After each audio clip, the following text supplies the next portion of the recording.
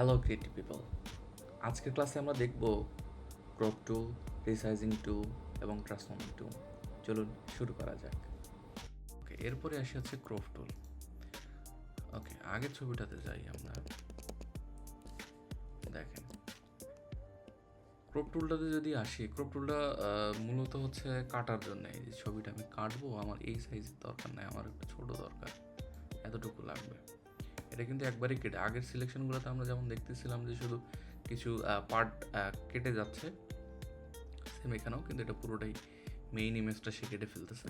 Control জেটে যাই, এখানে আরও কিছু ব্যাপার আছে। যদি অপশন বারে আসি আমরা, দেখেন রেশিওর এখানে আপনারা চাইলে স্পেসিফিক উইথ হাইট দিতে পারেন, অথবা এখানে কিছু এক্স্যাক্ট রেশিও আছে।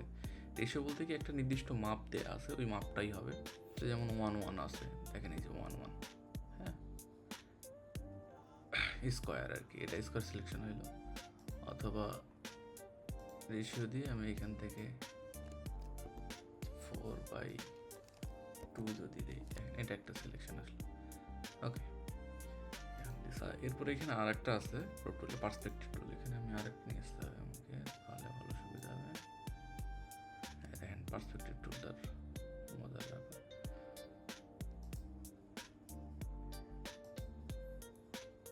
এই যে দেখেন। এখন এটা যদি আমি যে এখানে অপশন বার থেকে যদি দিই অথবা ইন্টার প্রেস করি, দেখেন এটা সোজা করে কেটে গেল। যদিও এটা রেশিও ভেঙে গেছে, কিন্তু দেখেন এটা কী ছিল। এইখানের ক্ষেত্রেও আপনার উইড হাইট এক্স্যাক্ট দিতে পারেন। এই জিনিসটা আমাদের পরবর্তীতে হচ্ছে ডিজাইনের ক্ষেত্রে কাজে লাগে। ডিজাইন যখন আমরা শিখি, এই পার্সপেক্টিভ টুলটা খুবই কাজের জিনিস, এটা আপনারা দেখে রাখেন। তো এই গেল কিছু আমাদের বেসিক সিলেকশন টুল। এবার আমরা হচ্ছে কিছু বেসিক এডিট দেখব, যেগুলো আমাদের ডিজাইনের ক্ষেত্রে লাগে। এবার আমরা দেখব ট্রান্সফর্মিং টুল। যদি মুভ টুলে আসি, মুভ টুলে আসার পর দেখেন এখানে যদি আমি যে কিছু এটাতে একটা কালার নিয়ে নিই আমরা, ওকে, যে সিলেক্ট করেন, দেখেন এখানে একটা ট্রান্সফর্মের অপশান আসছে। এটা যদি আমি ক্লিক করি, ক্লিক করলে দেখেন এইভাবে আমি ঘুরাইতে পারবো যদি আমার লাগে, হ্যাঁ। অথবা আমি ফ্লিপ করবো, ইমেজটা ঘোরাবো, হ্যাঁ। এটা এখন সরাসরি পাওয়া যায় এখানে, কিন্তু আপনাদের হয়তো এটা আসবে না। তো আপনি মাউসের রাইট ক্লিক করবেন, করে যে দেখেন রোটেট 180 ডিগ্রি, অথবা রোটেট 90, ঠিক আছে না। এরপর লেফট রাইটে, হ্যাঁ, হরিজন্টালি, এই যে এপাশে ঘুরে গেল, ঠিক আছে। অথবা আমি উপর নিচে করতে যাচ্ছি, ঠিক আছে না, এই যে ভার্টিক্যালি করলাম, ঠিক আছে।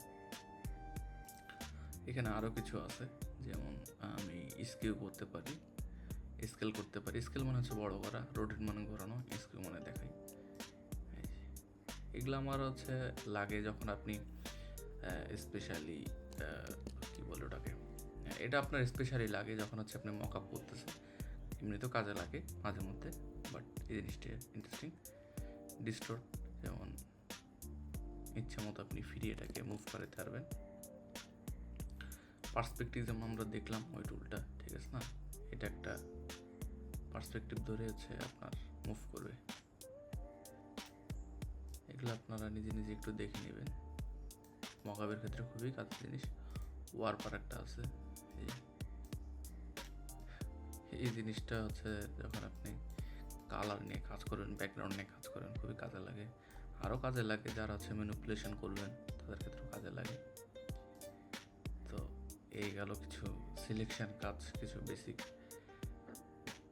এখন যদি আমরা রিসাইজে আসি, তো নর্মালি একটা রিসাইজ তো আমরা যে কোনো কিছু অবজেক্ট এভাবে টেনে টেনে করতে পারি।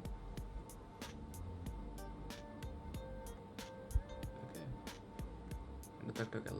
এটা হচ্ছে নর্মালি, আগেও আমি যেমন বলছি, আপনাদের ক্ষেত্রে হয়তো শিফট চাপতে হবে, অনেকের ক্ষেত্রে হবে না আপডেট ভার্সন। তো এটা আপনারা দেখে নেবেন। তো এখন গেল, মনে করেন আপনি ক্যানভাসটা নিয়ে ফেলছেন, নেওয়ার পর আপনার কাছে মনে হয়েছে যে না, আমার সাইজটা চেঞ্জ করতে অনেক সময় দরকার পড়ে, হ্যাঁ। তো এটা দুই ধরনের হয়। একটা হচ্ছে যেটা আপনি শুধু ক্যানভাস সাইজটা চেঞ্জ করবেন, বাদ বাকি আপনার যা কিছু ডিজাইন এলিমেন্ট যেভাবে করছেন সেভাবেই থাকবে। আর একটা হচ্ছে আপনার পুরা ক্যানভাসের সাথে সাথে যা কিছু আপনি ডিজাইন করছেন সেটাও একই সাথে ট্রান্সফর্ম হবে, মানে একই সাথে বড় ছোট যা কিছু করবেন আপনি। তো এটা যদি আপনি ইমেজে আসেন, এখানে দেখেন দুইটা আছে, ইমেজ সাইজ এবং ক্যানভাস সাইজ। তো ক্যানভাসের ক্ষেত্রে আপনার শুধু ক্যানভাসটা বড় হবে, বাদ বাকি আপনার সব ডিজাইন এলিমেন্ট যেমন ছিল তেমনই থাকবে। আর ইমেজের ক্ষেত্রে ক্যানভাস সহ পুরোটা ডিজাইন যা কিছু এলিমেন্ট সব চেঞ্জ হবে। এখানে শর্টকাটও আছে আপনাদের, আপনারা আপাতত দেখে নেবেন। তো দেখেন প্রথমে হচ্ছে ক্যানভাস সাইজটাতে যাই, তাহলে একটু বুঝতে সুবিধা হবে। 2600 দিই, বেশি বড় নিতে চাচ্ছে না, এটা 1600।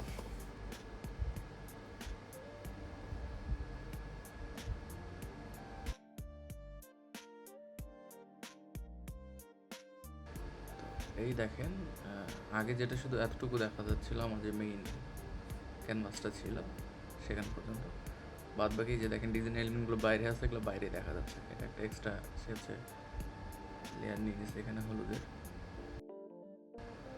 বাদ দিলে একটু ভালো করে দেখাই, একটা সলিড কালার নিয়ে গিয়ে। আচ্ছা আচ্ছা, আমার মেইনটাতে কালার নাই তো এই জন্য আসলে এত ভালো পাচ্ছে না। আচ্ছা, এরপর আমরা হচ্ছে ইমেজ সাইজে যাই, তাহলে এই ব্যাপারটা আর একটু ক্লিয়ার হবে। এই হচ্ছে আমার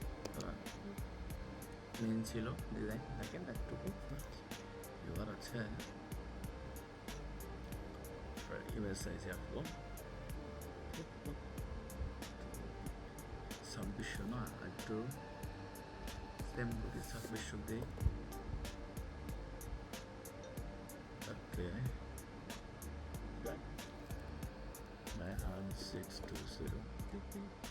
আচ্ছা, এটা উঠাই দিবেন যদি আপনাদের না লাগে। আচ্ছা, দেখাচ্ছি এটা একবার।